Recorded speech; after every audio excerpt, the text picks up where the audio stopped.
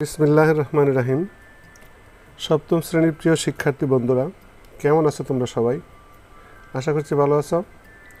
Math tutor বিডিতে তোমাদের সবাইকে স্বাগতম। আজ আমাদের আলোচনার বিষয় তোমাদের গণিত বইয়ের প্রথম অধ্যায় অর্থাৎ অনুশীলনী 1.1-এর 5 নং প্রশ্নের সমাধান নিয়ে। মনোযোগ দিয়ে ভিডিওটি না কেটে প্রথম থেকে শেষ পর্যন্ত দেখো, তাহলে বুঝতে পারবে। তো চলো শুরু করা যাক। প্রথমে দেখি 5 নম্বরে কী আছে। 5 নম্বরে এখানে বলা আছে যে 4639 থেকে কোন ক্ষুদ্রতম সংখ্যা বিয়োগ করলে বিয়োগফল একটি পূর্ণবর্গ সংখ্যা হবে। তো বন্ধুরা, এখানে কি দেওয়া আছে? একটি সংখ্যা দেওয়া আছে যে 4639। এই সংখ্যাটা পূর্ণবর্গ সংখ্যা নয়। এখান থেকে একটা সংখ্যা বা কোনো ক্ষুদ্রতম সংখ্যা বিয়োগ করলে পরে সেই বিয়োগফলটি কী হবে? একটি পূর্ণবর্গ সংখ্যা হবে। তাহলে এই সংখ্যাটা যে পূর্ণবর্গ নয় সেটা আমরা প্রথমে দেখি। তাহলে আমরা এখানে লিখব যে সমাধান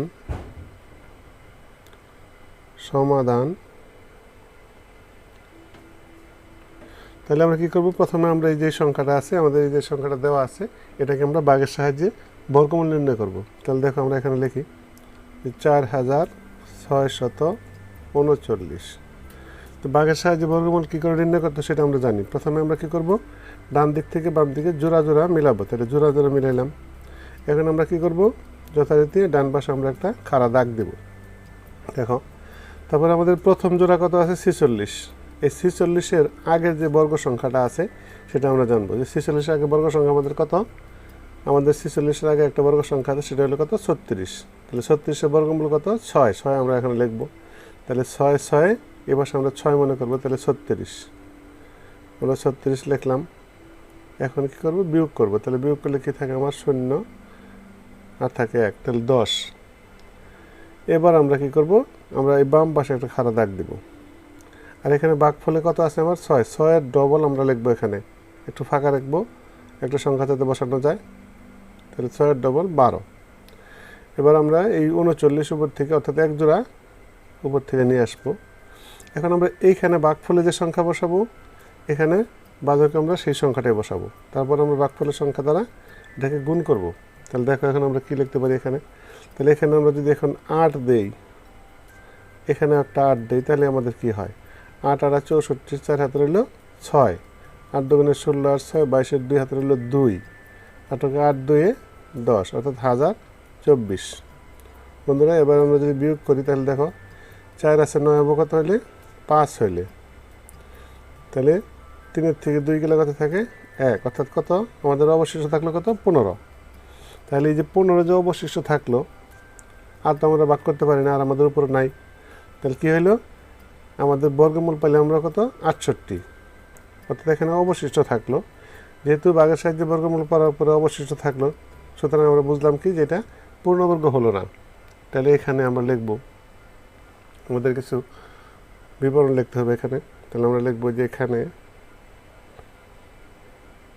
4639-কে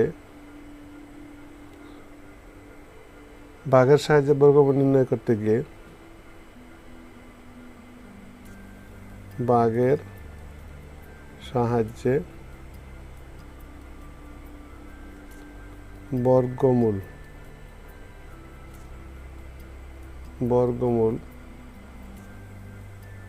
নির্ণয় করতে গিয়ে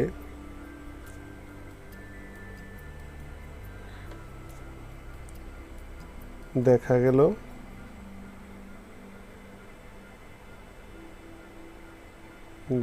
যায়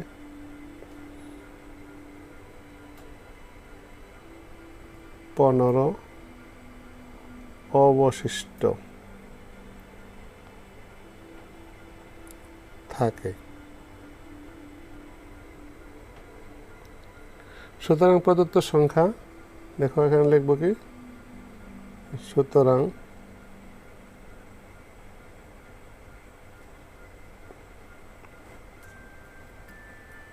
4639 থেকে 15 বিয়োগ করলে সংখ্যাটি পূর্ণবর্গ হবে। সংখ্যাটি পূর্ণবর্গ হবে। বন্ধুরা আশা করি বুঝতে পেরেছো। তাহলে কি হলো, যে অবশিষ্ট যে সংখ্যাটা আছে এটা যদি 4639 থেকে আমরা বাদ দিই, তারপরে যে সংখ্যাটা থাকবে সেটাই কি, সেটা আমাদের পূর্ণবর্গ হবে, অর্থাৎ সেটার বর্গমূল হবে কত, 68। তাহলে আমরা এখানে লিখতে পারি কি, যে আমাদের উত্তর কত, উত্তর নির্ণয় ক্ষুদ্রতম সংখ্যা, নির্ণয় ক্ষুদ্রতম সংখ্যা, ক্ষুদ্রতম সংখ্যা ইকুয়াল কত, 15। বন্ধুরা আশা করি বুঝতে পেরেছো। তাহলে এই হলো কি, এই হলো আমাদের 5 নং প্রশ্নের সমাধান। এবার আসো আমরা 6 নং প্রশ্নের সমাধান করব। বন্ধুরা লক্ষ্য করো 6 নম্বরে কি বলা আছে, 6 নম্বরে বলা আছে যে 5605 একটি সংখ্যা, এর সাথে কোন ক্ষুদ্রতম সংখ্যা যোগ করলে যোগফল একটি পূর্ণবর্গ সংখ্যা হবে। ইতিপূর্বে আমরা 5 নম্বরে যেটা করেছি সেটা কি, যে কোন ক্ষুদ্রতম সংখ্যা বিয়োগ করলে, আর এখানে বলা আছে কোন ক্ষুদ্রতম সংখ্যা যোগ করলে। তাহলে লক্ষ্য করো, আমরা প্রথমে কী করব, এই সংখ্যাটা যাচাই করবো যে আসলে এটা পূর্ণবর্গ কি না। তাহলে আমরা এটার কী করব, বাগের সাহায্যে বর্গমূল নির্ণয় করব প্রথমে। তাহলে আমরা লিখি এখানে, এটা যথারীতি সমাধান লিখব, যে সমাধান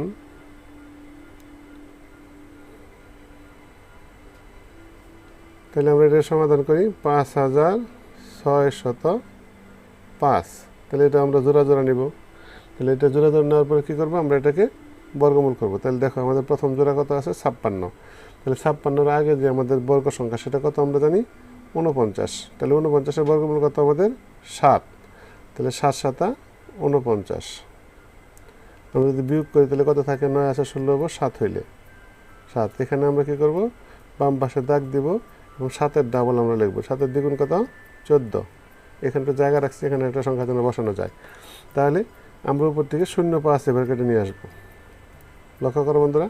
তাহলে এখন আমাদের কত যায়, তাহলে আমরা যদি এখানে একটা 4 দিই, এখানে একটা 4 দিই, তাহলে দেখো 4 4 16 6 হাতের হলো 1, 4 4 16 1 17 7 হাতের হলো 1, 4 1 4 1 5, অর্থাৎ 576। তাহলে আমরা এখানে যদি বিয়োগ করি এখানে, তাহলে দেখো 6 আছে 15 হবো, কত হলে 9 হইলে, 8 আছে 10 হবো, 2 হইলে, 6 আছে 7 হবো, 1 হইলে, অর্থাৎ 129। বন্ধুরা লক্ষ্য করো, তাহলে যেহেতু সংখ্যাটির বর্গমূল নির্ণয় করার সময় কত অবশিষ্ট রয়েছে, 129 অবশিষ্ট আছে। তাহলে এখানে প্রদত্ত সংখ্যাটা কি, তাহলে একটা পূর্ণবর্গ সংখ্যা নয়। তাহলে এর সাথে, অর্থাৎ এই 74 যে আমরা পাইলাম, এর সাথে কোন ক্ষুদ্রতম সংখ্যা যোগ করে যোগফল পূর্ণবর্গ, তখন তাহলে এর বর্গমূলটা কত হবে। তাহলে দেখো আমরা এখানে লিখি, যেহেতু আমরা এখানে লিখতে পারি কি, একটু বিবরণ লিখব, যেহেতু সংখ্যাটির বর্গমূল নির্ণয় করায়, যেহেতু সংখ্যাটির বর্গমূল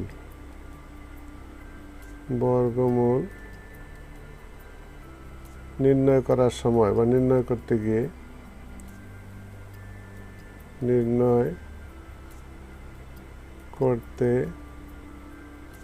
গিয়ে ভাগশেষ বা অবশিষ্ট ভাগশেষ 129 আছে।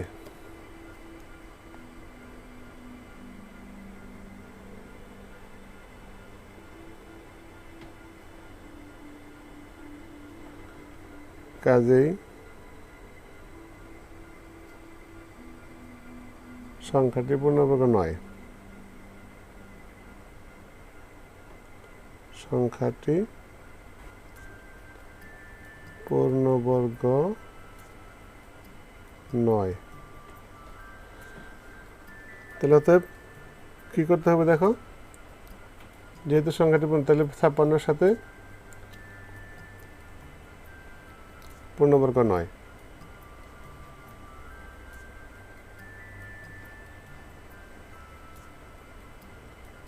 সুতরাং 5605 এর সাথে এমন একটি ক্ষুদ্রতম সংখ্যা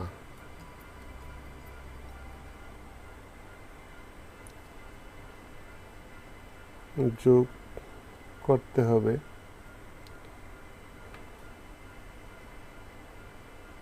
সংখ্যা যোগ করলে যোগফল পূর্ণবর্গ হবে যোগফল পূর্ণবর্গ হবে এবং তখন এর বর্গমূল হবে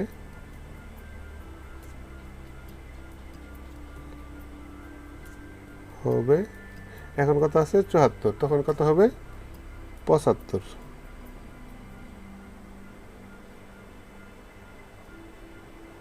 অর্থাৎ ৭৪ যোগ ১ ইকুয়াল টু ৭৫। তাহলে আমরা কি এই ৭৪-এর পরবর্তী যে সংখ্যা অর্থাৎ ৭৫ সেটা আমরা পাবো। তাহলে ৭৫-এর বর্গ যদি আমরা করি এখন, অতএব ৭৫ এর বর্গ সমান সমান তাহলে কত হয় ৭৫ গুণন ৭৫। তাহলে ৭৫-এর ৭৫ দ্বারা গুণ করলে আমরা কত পাবো ৫৬২৫। তাহলে লক্ষ্য করো আমার সংখ্যাটা ছিল কত ৫৬০৫, কিন্তু এখানে কত হইলো ৭৫ বর্গমূল করলে তাহলে ৫৬২৫। অতএব ক্ষুদ্রতম সংখ্যাটি হবে কত, অতএব ক্ষুদ্রতম সংখ্যাটি হবে ৫৬২৫ বিয়োগ ৫৬০৫ সমান সমান ২০। বিয়োগ করলে আমরা কত পাই এখানে ২০। তাহলে অতএব আমাদের কী করতে হবে, কত যোগ করতে হবে ২০ যদি আমরা যোগ করি তাহলে আমাদের কি হবে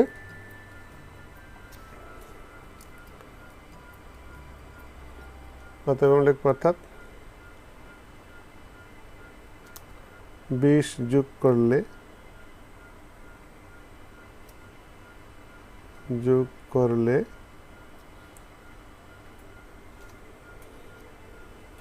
যোগফল পূর্ণবর্গ হবে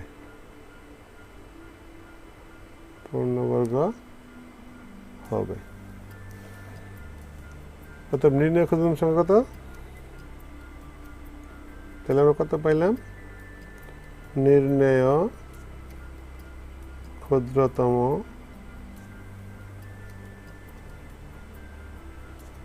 সংখ্যা ইকুয়াল টু ২০ এবং এটাই হলো উত্তর। বন্ধুরা আশা করি বুঝতে পেরেছ। তাহলে আমরা কি শিখলাম যে কোনো সংখ্যা দেওয়া থাকলে এর সাথে কত যোগ করলে যোগফল পূর্ণবর্গ হবে, অর্থাৎ কোনো সংখ্যা যদি দেওয়া থাকে এরকম যে সংখ্যাটা পূর্ণবর্গ নয় সেই সংখ্যার সাথে কত যোগ করলে যোগফল পূর্ণবর্গ হবে সেই সংখ্যাটা আমরা এই পদ্ধতিতে বের করতে পারি। ঠিক আগের অঙ্ক অর্থাৎ ৫ নম্বরে আমরা দেখেছি যে কোনো ক্ষুদ্রতম সংখ্যা অর্থাৎ কোনো সংখ্যা দেওয়া থাকলে যদি পূর্ণবর্গ সংখ্যা দেওয়া না থাকে তাহলে সেই সংখ্যা থেকে কত বিয়োগ করলে বিয়োগফল পূর্ণবর্গ হয় সেটাও জানলাম। এবং এই ৬ নম্বরে এসে আমরা কি জানছি, ৬ নম্বরে এসে জানলাম যে কোন ক্ষুদ্রতম সংখ্যা যোগ করলে যোগফল পূর্ণবর্গ হবে। তাহলে আশা করি বুঝতে পেরেছ। বন্ধুরা যদি ভিডিওটি তোমাদের কাছে ভালো লেগে থাকে তাহলে অবশ্যই একটি লাইক দেবে এবং ভিডিওটি বন্ধুদের মাঝে শেয়ার করবে। আর যদি এই চ্যানেলে তোমরা নতুন হয়ে থাকো অর্থাৎ চ্যানেলটি সাবস্ক্রাইব না করে থাকো তাহলে চ্যানেলটি সাবস্ক্রাইব করে পাশে থাকা বেল আইকনটি অন করে রাখবে, যাতে পরবর্তীতে এই গণিত সম্পর্কিত ভিডিও আপলোড হওয়া মাত্রই তা তোমাদের কাছে অতি সহজেই পৌঁছে যায়। ভালো থাকো সবাই, সুস্থ থাকো। পরবর্তী ভিডিও দেখার আমন্ত্রণ জানিয়ে আজ এখানে শেষ করছি। আল্লাহ হাফেজ। ধন্যবাদ সবাইকে।